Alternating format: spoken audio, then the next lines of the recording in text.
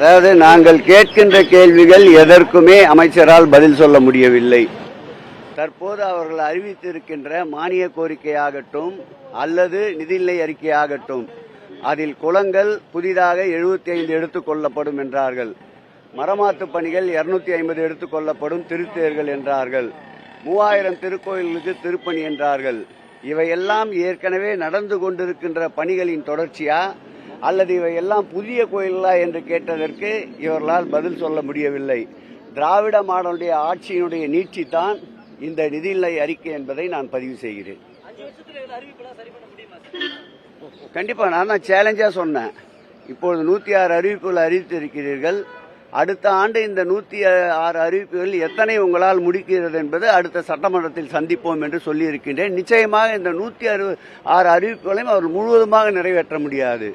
அப்படியே இருந்தாலும் ஏற்கனவே திராவிட மாடல் ஆட்சியில் தொடங்கப்பட்ட திட்டங்களைத்தான், நடைபெற்றுக் கொண்டிருக்கின்ற பணிகளை தான் அவர்களால் முடிக்க முடியுமே தவிர புதிய பணிகள் எதையும் எடுத்து முடிக்க முடியாது என்பதை சவாலாக கூறிக்கொள்கிறேன்.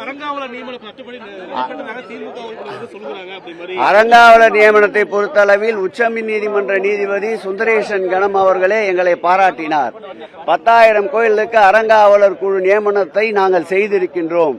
இந்த ஆட்சியில் அறங்காவலர் குழு நியமனத்திற்காக கோரிய மனுக்கள் அவர்கள் குறிப்பிட்ட தேதி 3 முறை தள்ளி வைத்திருக்கிறார்கள். இந்த அறங்காவலர் குழு விண்ணப்பங்கள் கூட இந்த ஆட்சியில் பெற முடியாத ஒரு சூழ்நிலை தான் நிலவுகிறது.